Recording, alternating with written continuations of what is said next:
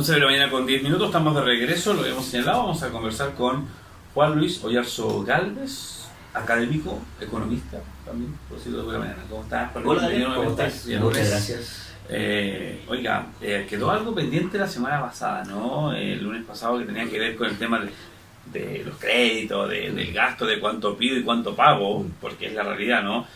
Pido 200 y pago 250% más, muchas veces, es la verdad. ¿Qué información hay al respecto, Jorge? ¿Qué se ha podido recabar desde la tarea que me dejó la clase pasada? El trabajo que le dejamos para la casa. Oye, Daniel, un gusto como siempre estar compartiendo aquí con los auditores. A mí me gustaría comenzar primero con una especie de contexto para recordar lo que nosotros estamos hablando y por qué nosotros sacamos estos temas que son tan importantes para la comunidad. Fíjate, Daniel, que algunos antecedentes extra que nos permiten generar este contexto. ¿Tú sabías que el 73% de los hogares, Daniel, se encuentran con algún tipo de deuda? O sea, el 73% de los hogares. Y hablamos de los hogares, no hablamos de los individuos. Sí, claro. Los hogares en Chile son alrededor de 6,4 millones de hogares, de viviendas contabilizadas en el censo del 2017, y de ellos un 4,6 millones poseen deuda, de acuerdo a esta cifra, de los hogares. Es grande.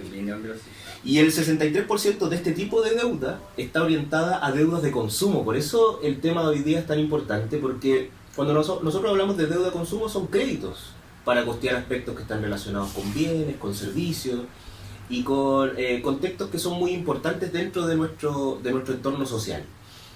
Otro antecedente que te tengo, que está relacionado con que del total de las personas que tienen deuda, en Chile cerca de 4,5 millones poseen deuda morosa. O sea, quiere decir que ni siquiera han logrado pagar, por ejemplo, tal vez, o están atrasados en a lo menos una cuota. Y de los cuales el 21% de esos 4 millones, o sea, quiere decir 1 millón de personas son jóvenes, entre 18 y 29 años. O sea, por eso es tan importante tratar este tipo de temas, para que la comunidad se informe cómo nosotros entonces vemos cómo se encuentra nuestro entorno. Si nosotros generamos algunas cifras y análisis, nosotros podríamos empezar a decir, bueno, pero ¿a qué se debe esto? ¿Cuál es el motivo de que en realidad las personas tengan este tipo de deuda, que el 73% de los hogares estén endeudados, de que alrededor de 4,5 millones de personas sean morosas, que alrededor de 1 millón de jóvenes estén endeudados, jóvenes que recién están saliendo de los colegios, que recién están empezando su universidad, que están saliendo de la universidad? ¿Cuál es el motivo de aquello? Y aquí se debe, en particular, de acuerdo a lo que uno puede ir recabando, se debe a la estructura salarial que tiene nuestro país. Es cosa de analizar. Cuando nosotros vemos la remuneración mínima de 288.000, nosotros ya lo hemos conversado, eso no alcanza. No alcanza. Y yo hice un pequeño cálculo en base a algunos antecedentes que saqué. Y claro, tú si ganaras esos 288.000 pesos, alrededor de 57 lucas se te van solamente para pagar tus leyes sociales. Solamente eso. Considerando también, por ejemplo, que podríamos agregarle que si compramos un kilo de pan diario, que te puede salir alrededor de 1.300 pesos, en total sumarían 39.000 pesos. La movilización para volver del trabajo son alrededor de 35.000 pesos si nosotros consideramos incluso solamente 2 viajes, que en Punta Arenas es distinto, porque en Punta Arenas nosotros en ocasiones podemos hacer 4 viajes debido a que nosotros tenemos la posibilidad en ocasiones de ir a almorzar tal vez por los tiempos, como es una localidad más pequeña. Y si tú sumas todos esos antecedentes, en realidad te queda solamente alrededor de 158.000 pesos libres para poder generar, por ejemplo, el pago de un arriendo, el pago de la matrícula de tu hijo, comer. Entonces quiere decir que de partida nosotros tenemos un problema estructural de acuerdo a la remuneración, y es obvio, ¿eh? Este sueldo mínimo de 288.000 pesos, si bien forma parte de una estructura salarial que te dice, oye, este es el piso que puedes pagar, nosotros vemos que si vamos sumando, y como ya lo hemos mencionado, el 70% de nuestros trabajadores reciben menos de 550.000 pesos. Sí, claro. Y se nota, ¿no? Claro. Al momento de entregar esta cifra y hace cuenta de que con 291.000 pesos o 288.000 pesos que está el sueldo mínimo, no sé si alcanzas a vivir, pues, entendiendo sobre todo en estas fechas, ¿no? que el gasto va a ser triple. Eso lo calculamos con el sueldo mínimo. Si hacemos el mismo ejercicio con 500.000 pesos, en realidad te quedan como 300.000 pesos para generar el arriendo y sin considerar nada. Entonces, obviamente, que nuestras familias acuden al endeudamiento. O sea, el endeudamiento forma algo, yo no sé si nos podemos dar vive cuenta. endeudado, vive feliz. Sí, ¿no? pero no sé si nos empezamos a dar cuenta, pero el endeudamiento es como un aspecto ahora natural del ser humano, ¿ah? En particular de Chile. Nosotros tenemos conciencia de que en algún momento nos tenemos que endeudar, Daniel. O sea, no tenemos otra alternativa. Porque sabemos que en algún momento vamos a llegar a la deuda. Claro. O sea, es un hecho particular. Entonces, en esta deuda, y ya haber generado este contexto antes de poder empezar a hablar estos otros temas, es importante tener algunos datos que en realidad las familias le pueden ayudar al momento de entrar a la deuda. Porque la deuda, nosotros lo hemos mencionado tal vez en otras conversaciones, tiene su factor positivo y su factor negativo.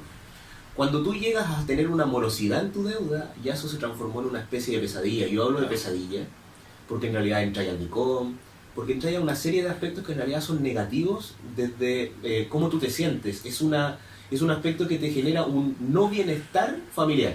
O sea, cuando una persona está endeudada, cuando una familia tiene deuda, es un malestar. Y cuando no puedes pagar esa deuda, ese malestar es como una especie de enfermedad dentro del sistema que te genera algunos aspectos que son importantes. Fíjate, Daniel, que en 2011 surge una ley, que es la ley 20.555, que te genera efectivamente tal vez algunos datos que son muy importantes y que las familias ojalá lo consideren al momento de adquirir una deuda, porque sí o sí, como hemos dicho, estamos habituados a que en algún momento tenemos que adquirir una deuda. Y aquí surgen aspectos que son importantes, como el CAE, que es la carga anual equivalente, como el costo total del crédito, como las cuotas, como plazos, que son aspectos que la ley le exige a cualquier institución crediticia que tiene que informar al momento de adquirir una deuda. De tal manera que las familias tienen que exigir que existan estos antecedentes, que son todo lo que yo te nombré, el CAE, el costo total del crédito, las cuotas, los plazos, tienen que estar a libre disposición al momento de adquirir una deuda. Ahora bien, ¿cuál es el factor y dentro de estos indicadores el que más me ayuda al momento de endeudarme? Sin lugar a dudas, el costo total del crédito. Porque el costo total del crédito te dice efectivamente lo que tú vas a pagar, incluyendo, Daniel, los seguros, incluyendo las comisiones, incluyendo el interés y todos estos aspectos que son importantes para poder apreciar efectivamente lo que tú vas a pagar. De tal manera que si tú tomas un crédito por 1 millón y el costo total del crédito te dice que sale 1.300.000 al final del crédito, tú tienes intereses, seguros, comisiones, que son 300.000 pesos que tú vas a pagar extra y que no hay elementos extras que van a surgir. O sea, esto es lo importante de esa ley que se promulgó en 2011, que ya lleva 7 años, sí. Pero a pesar de eso, nosotros vemos que las cifras de endeudamiento siguen aumentando. Hay que tener claro, todos los seguros, Daniel, son voluntarios. O sea, no son seguros obligatorios. Los seguros que son obligatorios son solamente el desgravamen en créditos sociales y en el hipotecario, que es el desgravamen y también el de incendio. Esos son obligatorios. Hay que recordar que el desgravamen es cuando una persona lastimosamente fallece y en realidad el seguro termina con la deuda para que no quede pendiente dentro de todo esto. De tal manera que esos son seguros que de cierta manera son obligatorios al momento de generar, por ejemplo, cualquier tipo de créditos. Otro de los aspectos que uno recomienda es informarte antes de firmar, porque tú eres el responsable, de tal manera que, como bien hemos dicho, todos estos antecedentes, el CAE, las cuotas mensuales que tú vas a pagar, tienen que considerar que mayor cuotas, más caro me va a salir el crédito. Nosotros somos los responsables y de tal manera, como responsables, no tenemos que pedirle crédito a otras personas, por ejemplo. O sea, sí, claro. Que eso es muy común dentro de... No, claro, o sea, nosotros. A ver, existe la costumbre o la mala costumbre en Chile, sobre todo, porque lo que conocemos, ¿no? De que cada persona, si gana 100, se deuda 200. Entonces siempre gastamos más de lo que ganamos. Sí.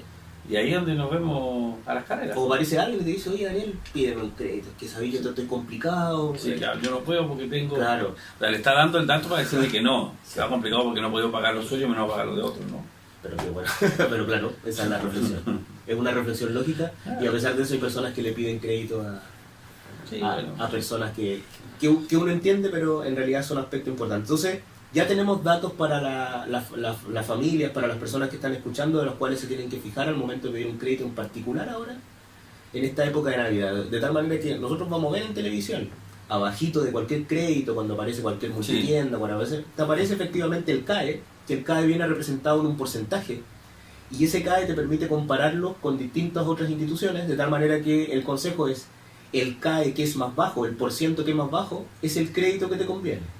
Claro. Y a la vez está el costo total del crédito, que todas las instituciones, cuando uno ve en televisión, también abajo te aparece, oye, tú pides 1 millón, vas a devolver 1.300.000. Y de repente uno se llama la atención porque en realidad uno paga alrededor de 300, 400.000 pesos más por haber pedido el crédito, sumado todos los intereses, y eso te lo dicen desde un comienzo, ¿eh? O sea, no es un aspecto que lo tenga oculto. Sí, es bien...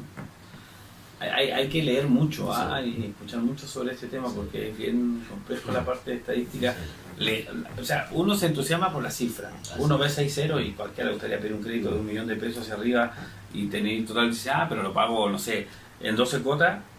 Claro, pero en 12 cuotas 1 millón de pesos terminas pagando 600, 1.500.000. Claro, 1.500.000 y terminas pagando tranquilamente 1 millón, o sea, 200.000 pesos. 120.000 pesos por cuota mensual y ganas 300. Porque con 300.000 pesos de ganancia en sueldo te dan 1 millón, más o menos, esa es la relación. Te dan hasta el doble de lo que ganas. Entonces, es bastante complejo el tema, aunque no tengas ni una deuda. Por eso que también la gran mayoría del porcentaje de los chilenos endeudados son los jóvenes entre 18 y 29 años. Porque están iniciando, no tienen créditos, no tienen deudas, muchos de ellos viven con los padres, entonces no tienen mayor responsabilidad de repente pagar un consumo, pagar su internet del celular, plan de celular, y seguir. Ahora lo importante con estas cifras y con esta ley que marca el 2011 es fijarse en estos detalles. Sí, claro. Yo le pido a las familias que se fijen, por ejemplo, en el costo total del crédito. Hay algunos aspectos que me gustaría para ir generando tal vez más información, de que hay que hacerle un recuerdo también a la familia. Después de 90 días que tú no pagues una deuda, que tú te encuentres moroso, o sea, quiere decir 3 meses, o sea, ya te pueden hacer una cobranza judicial.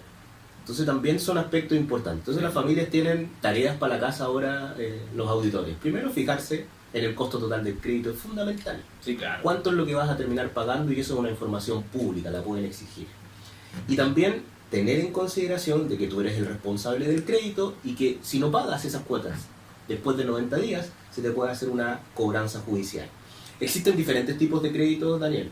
Tarjetas, créditos de consumo que pueden ser 1 a 3 años, los créditos automotriz, los avances que también son considerados en crédito, que hoy día son muy conocidos porque tú vas a un cajero electrónico, un cajero bancario, perdón, y de inmediato te dicen, oye, te genera un avance.